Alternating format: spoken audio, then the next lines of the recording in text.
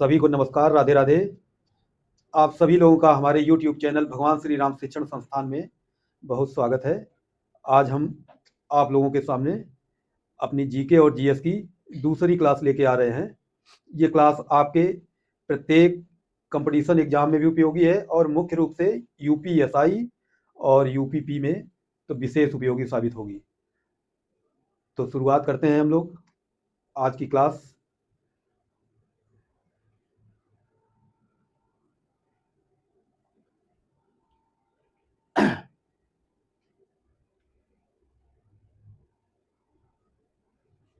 आज की क्लास का पहला प्रश्न है, 2025 में कुल कितने व्यक्तियों को पद्म विभूषण से सम्मानित किया गया है?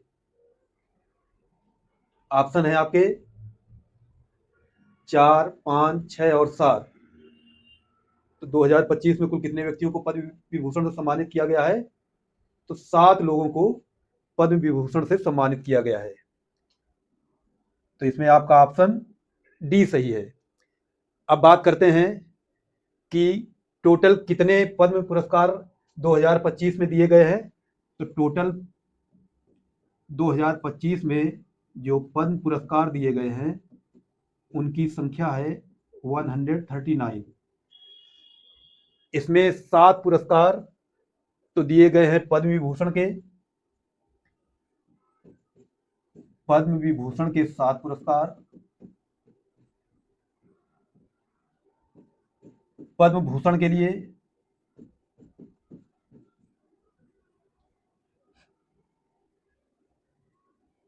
9 पुरस्कार और 19 पुरस्कार और पद्मश्री पुरस्कार दिए गए हैं 113 लोगों को। तो टोटल ये पुरस्कारों की संख्या है 139। पद्म विभूषण 7 व्यक्तियों को दिए गए हैं, पद्म भूषण 19 लोगों को और पद्मश्री पुरस्कार 113 लोगों को दिया गया है। इसके बाद अगला क्वेश्चन आता है आपका, ऑस्ट्रेलियन ओपन 2025 का पुरुष एकल का खिताब किसने जीता है? ऑस्ट्रेलियन ओपन 2025 का पुरुष एकल का खिताब किसने जीता है? ऑप्शन है हमारे Novak Djokovic, Jannik Sinner, Alexander Zverev और कार्लोस अल्काराज। तो इसमें आपका जो सही ऑप्शन है वो है जेनिक सिनर। जेनिक सिनर ने ऑस्ट्रेलियन ओपन का पुरुष एकल का खिताब नोवाक जोकोविक को हराकर प्राप्त किया है। नोवाक जोकोविक जो विश्व के पूर्व नंबर 1 खिलाड़ी सर्बिया के हैं, उनको हराकर जेनिक सिनर ने अब की बार पुरुष एकल का खिताब जीता है। इसके बाद अगला क्वेश्चन आता है, हाल ही में किस पद्मश्री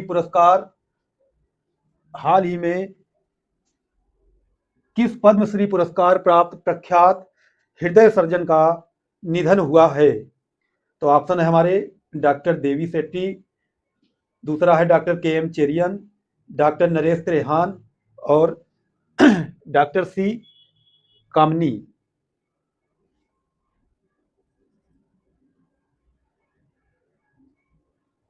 तो इसमें हमारा कौन सा ऑप्शन सही है? Doctor KM. चेरियन।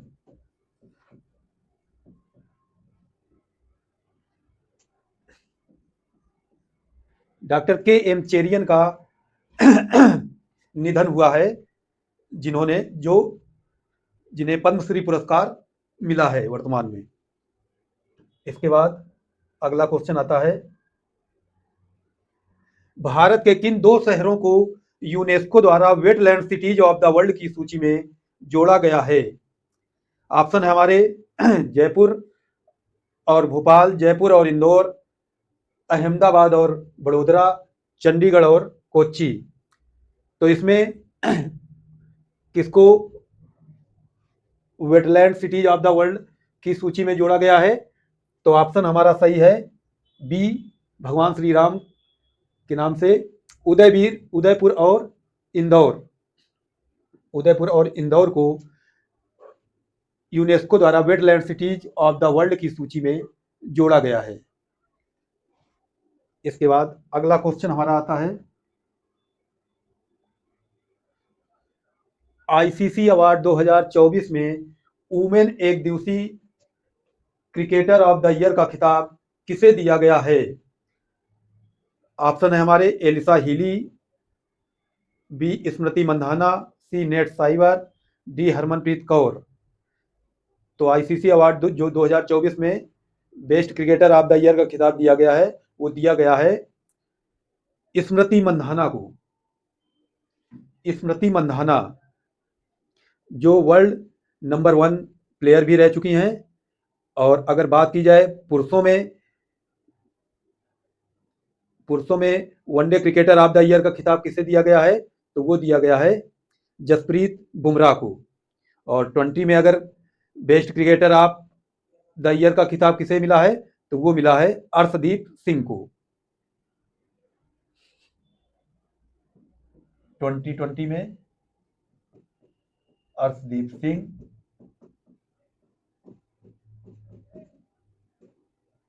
और बेस्ट क्रिकेटर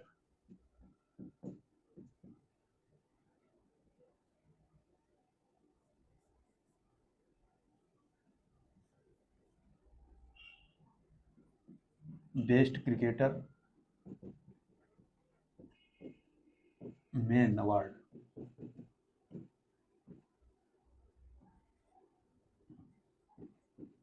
जसप्रीत बुमराह।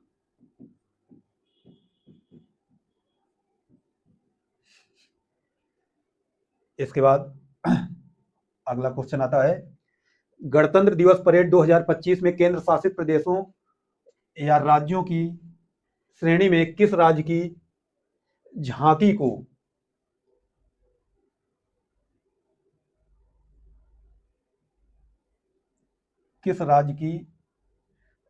को प्रथम स्थान प्राप्त हुआ है? तो ये हुआ है, ऑप्शन है हमारे मध्य प्रदेश, महाराष्ट्र, उत्तर प्रदेश और राजस्थान। तो इसमें 2025 में केंद्र शासित प्रदेश या राज्यों की श्रेणी में प्रथम स्थान प्राप्त हुआ है उत्तर प्रदेश की झांकी को, जो कि महाकुंभ पर आधारित झांकी थी। किस पर आधारित थी? महाकुंभ पर। उत्तर प्रदेश राज्य को प्रथम स्थान प्राप्त हुआ है।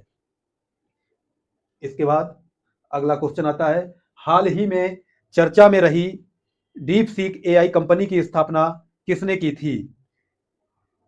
तो डीप सीक एआई कंपनी वर्तमान में बहुत फेमस कंपनी है और इसकी जो स्थापना की थी वो की है लियांग वेनफेंग ने। Liang Wenfeng. इसके बाद अगला क्वेश्चन आता है, 2025 को संयुक्त राष्ट्र ने किस वर्ष के रूप में घोषित किया है? 2025 को संयुक्त राष्ट्र ने किस वर्ष के रूप में घोषित किया है? तो इसमें हमारे ऑप्शन है, अंतरराष्ट्रीय जलवायु संरक्षण वर्ष, दूसरा है अंतरराष्ट्रीय हिमनद संरक्षण वर्ष, तीसरा अंतरराष्ट्रीय जल संरक्षण वर्ष, चौथा अंतरराष्ट्रीय पृथ्वी संरक्षण वर्ष। तो ये हमारा ऑप्शन है किस वर्ष के रूप में? तो जलवायु हिमनद संरक्षण वर्ष के रूप में घोषित किया है। इसके बाद अगला क्वेश्चन है, खो खो वर्ल्ड कप 2025 में महिला एवं पुरुष का खिताब किसने जीता? ऑप्शन है हमारे भारत, नेपाल, बांग्लादेश और श्रीलंका। तो खो खो वर्ल्ड कप में महिला और पुरुष का खिताब जो जीता है वो दोनों ही वर्ग में भारत ने जीता है। भारत ने जीता है, तो हमारा ऑप्शन सही होगा भारत। अगला question, global fire power index 2025 में भारत की रैंक क्या है? ये एक मिलिट्री पावर का इंडेक्स होता है। इसमें वर्तमान में भारत की जो रैंक है वो है चौथी। पहला स्थान इसमें है, पहला है अमेरिका,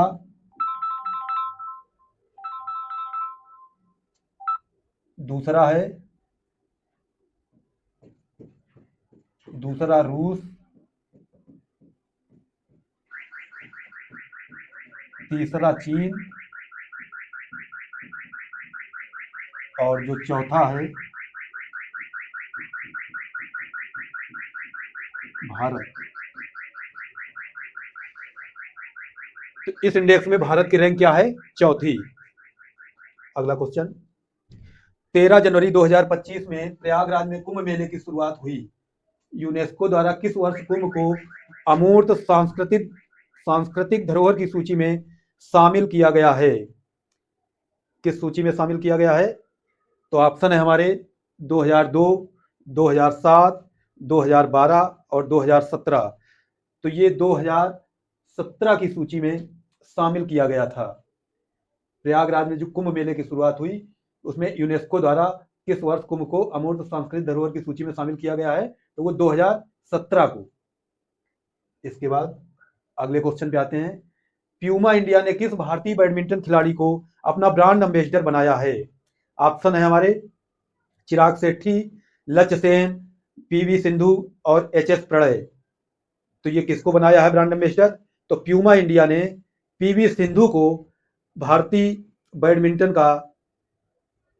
बैडमिंटन खिलाड़ी को अपना ब्रांड एम्बेसडर बनाया है। तो हमारा कौन सा ऑप्शन सही होगा? पीवी सिंधु। इसके बाद अगला क्वेश्चन आता है, राष्ट्रीय हल्दी बोर्ड का मुख्यालय कहाँ स्थापित किया गया है? राष्ट्रीय हल्दी बोर्ड का मुख्यालय कहाँ स्थापित किया गया है? तो ये स्थापित किया गया है निजामाबाद में। हमारा ऑप्शन सही होगा डी, निजामाबाद, जो तेलंगाना में है। इसका उद्घाटन केंद्रीय मंत्री पीयूष गोयल ने किया था। अगले क्वेश्चन पे आते हैं, भारत के 76वें गणतंत्र दिवस पर मुख्य अतिथि कौन थे? ऑप्शन है हमारे Joko Widodo, Lula da Silva, Prabowo Subianto, Xi Jinping.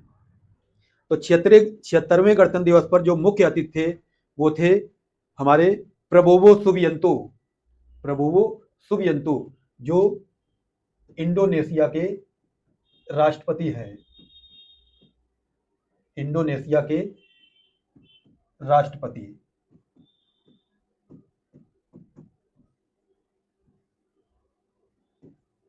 Prabowo Subianto. अगर इंडोनेशिया की बात की जाए तो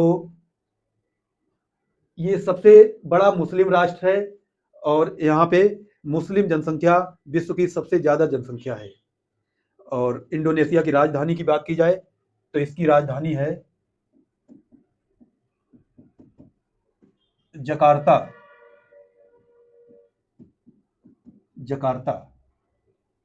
अगले क्वेश्चन पे आते हैं, 2025 में किसे प्रवासी भारतीय सम्मान से पुरस्कार से सम्मानित किया गया है?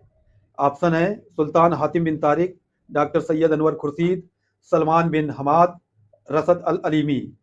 तो इसमें किस एनआरआई को भारतीय सम्मान पुरस्कार से सम्मानित किया गया है? तो सैयद अनवर खुर्शीद को। ऑप्शन आपका सही है बी नंबर। इन्हें एनआरआई भारतीय सम्मान पुरस्कार से सम्मानित किया गया है। अगला क्वेश्चन है, हेनले पासपोर्ट इंडेक्स 2025 में भारत की रैंक क्या है? 2025 में भारत की रैंक हेनले पासपोर्ट इंडेक्स में कौन सी है? ऑप्शन है हमारे 75वीं, 80, 85 और 89। 75, 80, 85 और 89। इसमें भारत की रैंक कौन सी है? तो इसमें वर्तमान में भारत की जो रैंक है वो 80 है, 85। सी ऑप्शन आपका सही है। इसमें जो पहला स्थान मिला है हेनले पासपोर्ट में, पहला स्थान है वो मिला है सिंगापुर को। सिंगापुर को पहला स्थान मिला है और भारत को मिला है 85। इसके बाद अगला क्वेश्चन आते हैं, कौन सा देश आधिकारिक रूप से ब्रिक्स का 11वां पूर्ण सदस्य देश बना है? कौन सा देश बना है? ऑप्शन है हमारे इंडोनेशिया, कुवैत, ऑस्ट्रेलिया और न्यूजीलैंड। तो ब्रिक्स का जो 11वां पूर्ण सदस्य देश वर्तमान में बना है वो है इंडोनेशिया। इंडोनेशिया की बात की जाए तो इंडोनेशिया की राजधानी जकार्ता है और ये विश्व का सबसे बड़ा मुस्लिम राष्ट्र भी है। वर्तमान में इसे पूर्ण सदस्य का दर्जा दिया गया है। इसके बाद अगला क्वेश्चन आते हैं 18वें क्वेश्चन पे। किस देश को WHO ने मलेरिया मुक्त घोषित किया है? किस देश को WHO ने वर्तमान में मलेरिया मुक्त घोषित किया है? तो ऑप्शन है हमारे जॉर्जिया, आर्मेनिया, कजाकिस्तान और उज्बेकिस्तान। तो जॉर्जिया को WHO ने मलेरिया मुक्त घोषित किया है। मलेरिया मुक्त घोषित करने का पैमाना क्या होता है? जब कोई भी देश 3 साल तक मलेरिया मुक्त घोषित किया जाता है तब उसे WHO मलेरिया मुक्त घोषित करता है। तो ये किस देश को सौभाग्य मिला है? जॉर्जिया को। और भारत का लक्ष्य है 2030 तक मलेरिया मुक्त घोषित होने के लिए। इसके बाद अगला क्वेश्चन है, असम के किस शहर को दूसरी राजधानी बनाने और पूर्ण शहर के रूप में अपग्रेड करने की घोषणा की गई है? तो असम की दूसरी राजधानी के लिए किस शहर को चुना गया है? तो असम की जो पहली राजधानी थी वो दिसपुर थी, लेकिन दूसरी राजधानी अब डिब्रूगढ़ को बनाया जा रहा है। तो डिब्रूगढ़ को क्यों बनाया जा रहा है? इससे शहर की कनेक्टिविटी को फास्ट करने के लिए डिब्रूगढ़ को दूसरी राजधानी के रूप में इसे घोषित किया गया है। अगला क्वेश्चन हमारा आता है, हाल ही में चर्चा में रहा लेजिम लोक नृत्य किस राज्य से संबंधित है? तो लेजिम लोक नृत्य जो है वो हमारे ऑप्शन है राजस्थान, गुजरात, महाराष्ट्र और कर्नाटक। तो लेजिम लोक नृत्य ये जो संबंधित है वो हमारा जो ऑप्शन है महाराष्ट्र। महाराष्ट्र में लेजिम लोक नृत्य होता है। लेजिम लोक नृत्य होता क्या है? ये अभी एक मूवी आई थी छावा मूवी, उसमें इस नृत्य का वो जो उसमें जो एक्टर थे उनके द्वारा इस नृत्य को दर्शाया गया था। और इसका मुख्य रूप से जो फिजिकल फिटनेस के लिए इसका प्रयोग होता है। और ये लोक नृत्य महाराष्ट्र में ज़्यादातर वहाँ के मिलिट्री द्वारा किया जाता है। तो हाल ही में जो चर्चा में लेजिम लोक नृत्य है वो महाराष्ट्र राज्य में किया गया है और वहीं से संबंधित है। तो ये हमारी